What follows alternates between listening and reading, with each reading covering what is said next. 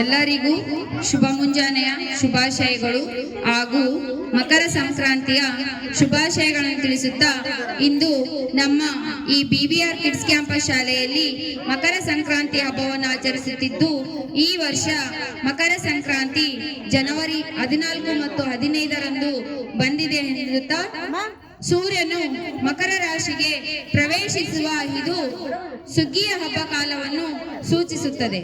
ದೇಶಾದ್ಯಂತ ವಿಭಿನ್ನ ಹೆಸರು ಆಚರಣೆಗಳೊಂದಿಗೆ ವಿಶೇಷವಾಗಿ ಕರ್ನಾಟಕದಲ್ಲಿ ಎಳ್ಳು ಬೆಲ್ಲ, ಗಾಳಿಪಟ ಹಾಗೂ ಜಾನುವಾರುಗಳ ಪೂಜೆಯೊಂದಿಗೆ ಸಂಭ್ರಮದಿಂದ ಆಚರಿಸಲ್ಪಡುವ ಹಬ್ಬವಾಗಿದೆ.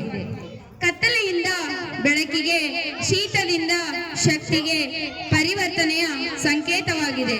ಸಂಕ್ರಾಂತಿ ಹಬ್ಬವು ಭಾರತದಾದ್ಯಂತ 2 ರಿಂದ 4 ದಿನಗಳವರೆಗೆ ಆಚರಿಸಲಾಗುವ ಸುಗ್ಗಿ ಹಬ್ಬ ಆಗಿದ್ದು ಪ್ರತಿದಿನಕ್ಕೂ ಅದರದೇ ಆದ ವಿಶಿಷ್ಟ ಹೆಸರುಗಳು ಮತ್ತು ಸಂಪ್ರದಾಯಗಳಿವೆ.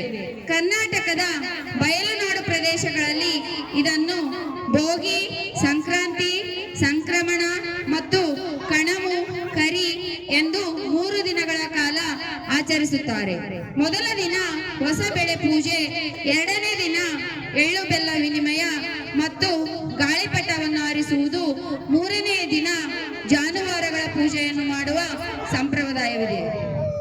ಮೊದಲನೆಯದಾಗಿ ನಾವು ಈಗ ದಾನಲಕ್ಷ್ಮಿಯ ಪೂಜೆಯ ಕಾರ್ಯಕ್ರಮವನ್ನು ಪ್ರಾರಂಭ ಮಾಡುತ್ತಾ ಈ ಒಂದು ಕಾರ್ಯಕ್ರಮವನ್ನು ಪ್ರಾರಂಭಿಸೋಣ. ಈ ಕಾರ್ಯಕ್ರಮಕ್ಕೆ ಆಗಮಿಸಿದಂತಹ ಎಲ್ಲ ಪಾಲಕ ಪೋಷಕರಿಗೂ ಹಾಗೂ ನಮ್ಮ ಎಲ್ಲ ಶಾಲಾ ಮುದ್ದು ಮಕ್ಕಳಿಗೂ ಹಾಗೂ ಎಲ್ಲ ಸಹ ಶಿಕ್ಷಕರಿಗೂ ಹೃತ್ಪೂರ್ವಕ ಸ್ವಾಗತವನ್ನು ಕೋರುತ್ತಾ ಈಗ ಪೂಜಾ ಕಾರ್ಯಕ್ರಮವನ್ನು ಪ್ರಾರಂಭಿಸುತ್ತಿದ್ದೇವೆ.